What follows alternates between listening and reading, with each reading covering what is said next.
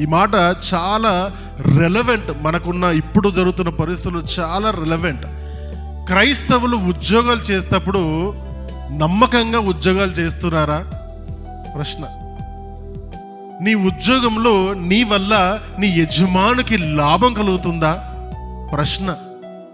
క్రైస్తవుడిగా, క్రైస్తవురాలిగా నువ్వు ఉంటున్న కుటుంబములో నీ వల్ల వృద్ధి చెందుతుందా? ప్రశ్న వేసుకోవాలి. క్రైస్తవ కుటుంబంగా మనం ఉంటున్నప్పుడు, లోక మర్యాదలు ఉన్న వాళ్ళు దేవుని పట్ల అంత నిష్టగా ఉంటున్నప్పుడు, చూస్తున్నప్పుడు అదే నిష్ట మరి క్రైస్తవ కుటుంబాల్లో ఉంటుందా? అంటే ఎందుకు ఈ మాట చెప్తున్నంటే, యుక్తి కలిగి ప్రవర్తించడం అంటే నీ వల్ల నీ పై ఉన్న వాళ్ళకు, నీ వల్ల నీ చుట్టుపక్కల ఉన్న వాళ్ళకు, నీ వల్ల నీ క్రిందున్న వాళ్ళకు పనికి రావాలి నువ్వు. అది యుక్తి అంటే.